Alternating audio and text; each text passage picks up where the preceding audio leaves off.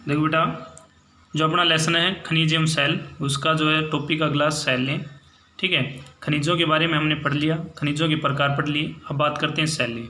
सेलों का निर्माण किस प्रकार हुआ? तो सेलों का निर्माण जो है पृथ्वी की जो प्रॉपर्टी है उसमें सेलें जो है खनिजों के से मिलकर बनी हुई है। ठीक है, मैग्मा जो है, मैग्मा पृथ्वी के अंदर जो है तरल रूप में होता है। पृथ्वी के ऊपर जब आता है तो वो ऊपर आने के बाद वो ठंडा हो जाता है और वो परतों का रूप धारण कर लेता है, या तो पठार या पर्वतों के रूप में निर्मित हो जाते हैं, और उन्हें क्या कहते हैं? सेल। तो पृथ्वी की प्रॉपर्टी सेलों से बनी है। सेलों का निर्माण एक या एक से अधिक खनिजों से मिलकर होता है। सेल शब्द से सामान्यतः ऐसे पदार्थों का बोध होता है जो शिला की भांति कठोर और दृढ़ हो, परंतु वैज्ञानिक भाषा में भूपृष्ठ का निर्माण करने वाले सभी प्राकृतिक पदार्थ सेल कहलाते हैं, चाहे वह ग्रेनाइट की भांति कठोर हो या बालू या चीका की तरह नरम हो, मुलायम हो या बजरी और रोड़ी की तरह अदृढ़ हो। सेलें गैब्रो की तरह काली और क्वार्टजाइट की तरह दूधिया सफ़ेद हो सकती हैं। ये चूने के पत्थर की भांति प्रवेश्य तथा स्लेट की भांति अप्रवेश्य, ठीक है, भी हो सकती हैं। धरातल का लगभग 16 किलोमीटर की गहराई तक भूपर्पट्टी 95% भाग सेलों से बना हुआ है।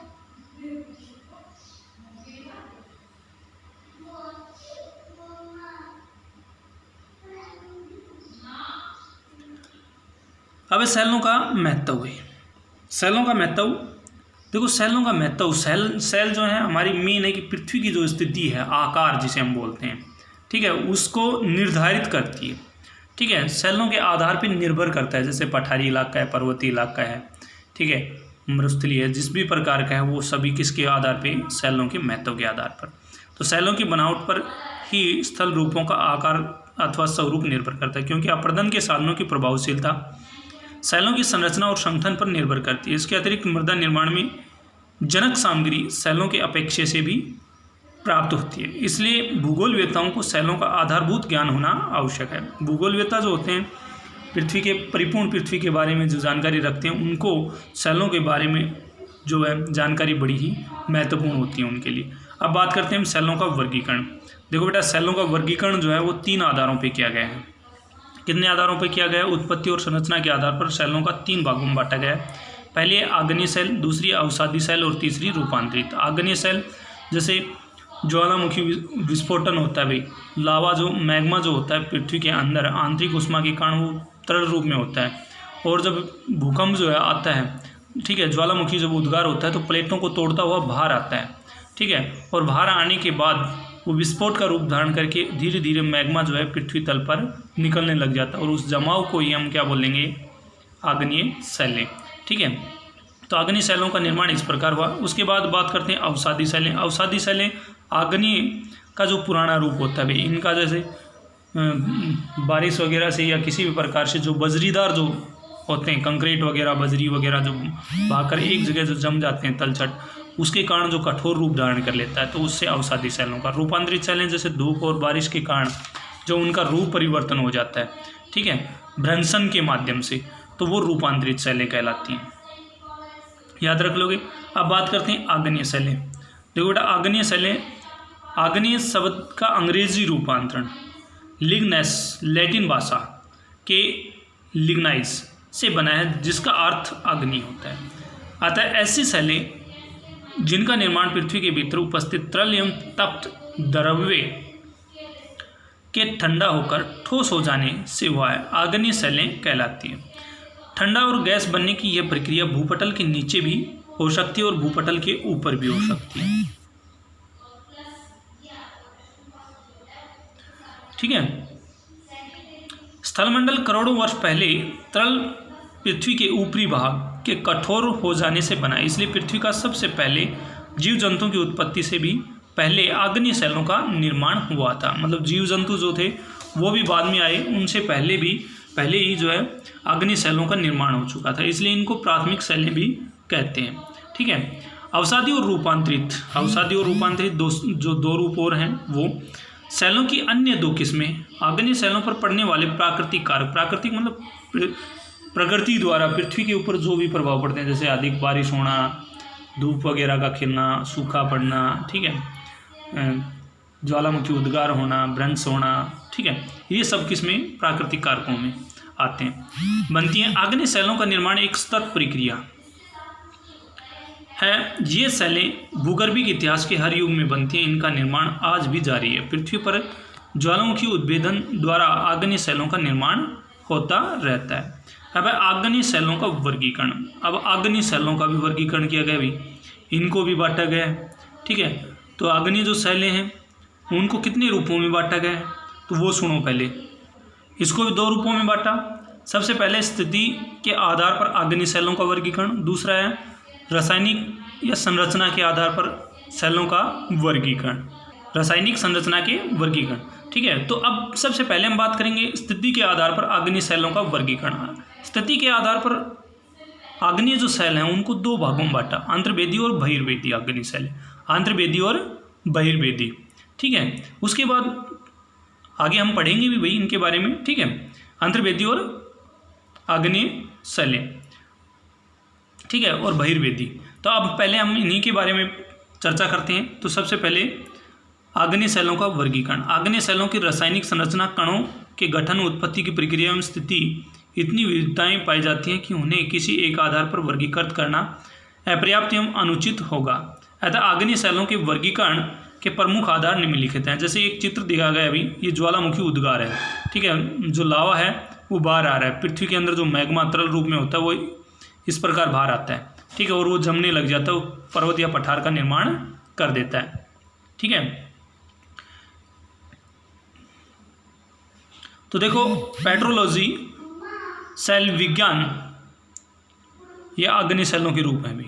ठीक है, लेकोलिथ, सिल, डाइक, नली जो स्टोक जिसके माध्यम से मैग्मा बाहर आ रहा है, बैथोलिथ और शिराई। ठीक है, अब बात करते हैं पेट्रोलॉजी। तो पेट्रोलॉजी शैल विज्ञान अथवा शैलिकी अथवा प्रस्तर विज्ञान को कहते हैं। इसका ज्ञाता शैल विज्ञानी अथवा पेट्रोलॉजिस्ट कहलाता है। यह चट्टानों के सभी पक्षों का अध्ययन करता है, जैसे खनिजों, संयोजन, बनावट, गठन, स्रोत, रूपांतर, इतिहास तथा अन्य चट्टानों से संबंध इत्यादि। अब बात करते हैं हम स्थिति के आधार पर आग्नेय शैलों का वर्गीकरण। सबसे पहले बात आई कि स्थिति के आधार पर, स्थिति के आधार पर आग्नेय जो शैलें हैं उनको 2 रूपों में बांटा गया, भी अंतर्वेदी और बहिर्वेदी।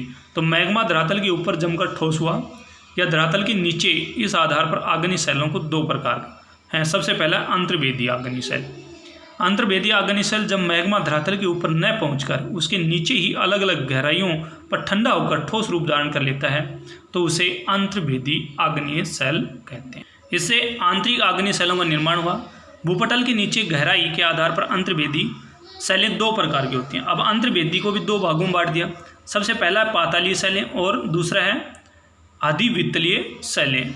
तो पातालीय शैल क्या होती है भाई? पातालीय शैलों का नामकरण प्लूटो के नाम पर किया गया। प्लूटो जो है मेन दार्शनिक हुए हैं भाई, भूगोलवेत्ता हुए हैं, ठीक है, जिन्होंने संपूर्ण जो पृथ्वी है उसका परिपूर्ण वर्णन किया था, जिसका अर्थ होता है पाताल देवता। क्या मतलब होता है? पाताल का देवता, अंदर का देवता। अतः ऐसी आग्नेय शैलों को स्थल मंडल में काफ़ी गहराई पर अपने मूल स्थान पर ही मैग्मा के जम जाने से बनती है, पातालीय शैल कहलाती है। मैग्मा की विशाल राशि को पाताल के अंदर ठंडा होकर जमने से बहुत समय लग जाता है। फलस्वरूप इन शैलों की रचना करने वाले खनिजों के रवे बड़े बड़े बनते हैं। पृथ्वी के ऊपरी भाग के अत्यधिक अनाच्छादन या उत्थापन के बाद ही ये शैलें भूतल पर प्रकट होती हैं। पातालीय आग्नेय शैलों का सबसे महत्वपूर्ण उदाहरण ग्रेबो और ग्रेनाइट है, ठीक है। पातालीय शैलों का ये सबसे मेन उदाहरण है। ग्रेनाइट जो है वो पृथ्वी के अंदर से निकाला जाता है, ठीक है। उसके बाद बात करते हैं बहिर्वेदी,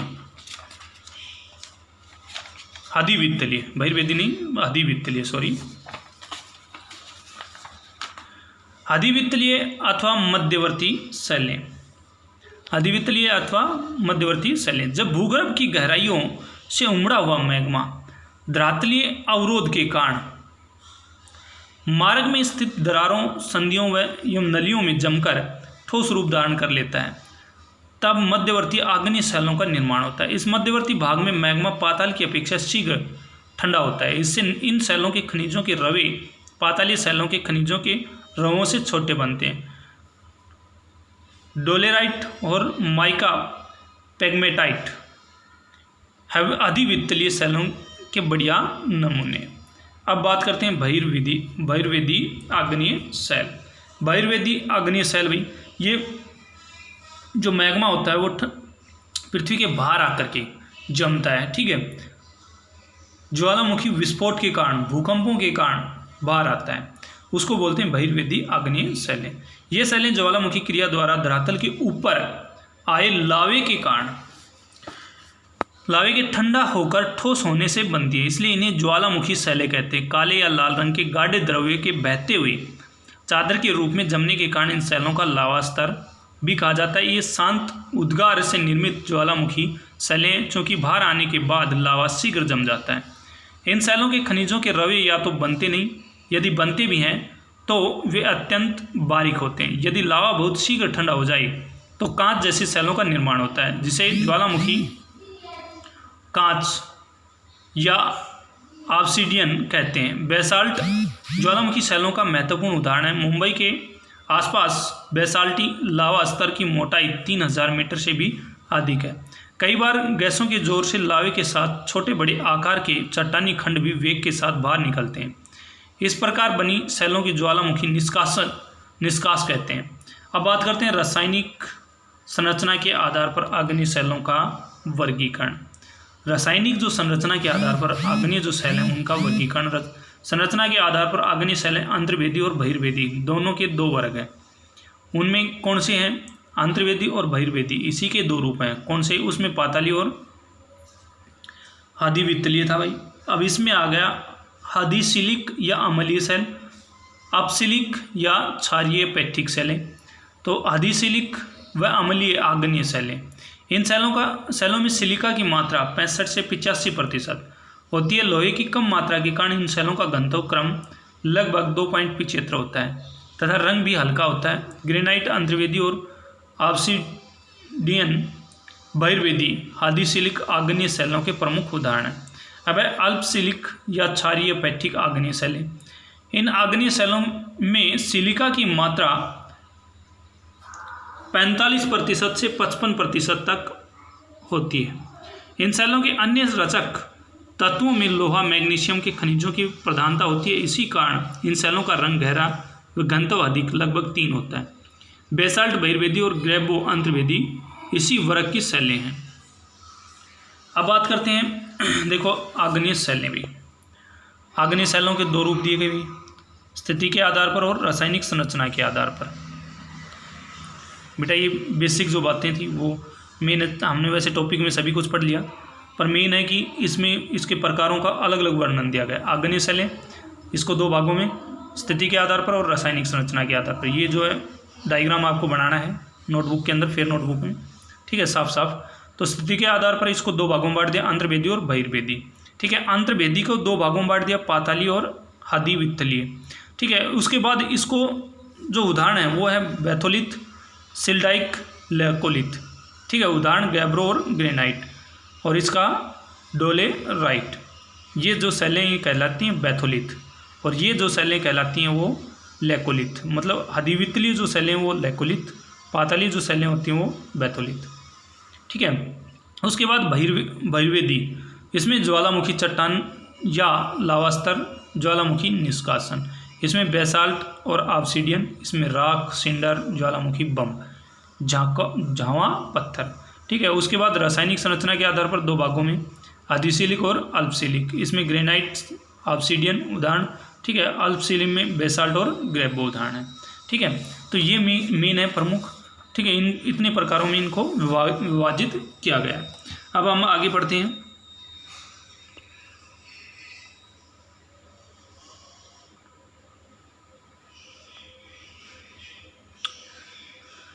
आग्नेय चट्टानी पिंड भाई। अब बात करते हैं आग्नेय चट्टानी पिंड। तो मैग्मा के ठोस अवस्था में आने पर अनेक तरह के चट्टानी पिंडों की रचना होती है। इनका नामकरण इनके रूप, आकार, स्थिति तथा आसपास पाई जाने वाली शैलों के आधार पर किया जाता है। अधिकांश चट्टानी पिंड अंतर्वेदी आग्नेय शैलों से बने हुए हैं। तो आज के लिए इतना ही भाई, ठीक है। कल कराएंगे आग्नेय जो चट्टानी पिंड है उनको अलग अलग रूपों में बांटा गया है, उनका वर्णन कल कराएंगे। आज आपको क्वेश्चन करना है आग्नेय शैल को कितने भागों में विभक्त किया गया है, ठीक है, उनका संक्षिप्त वर्णन कीजिए। ये क्वेश्चन आपको फेयर नोटबुक में बड़ा क्वेश्चन है, ये करना है आपको।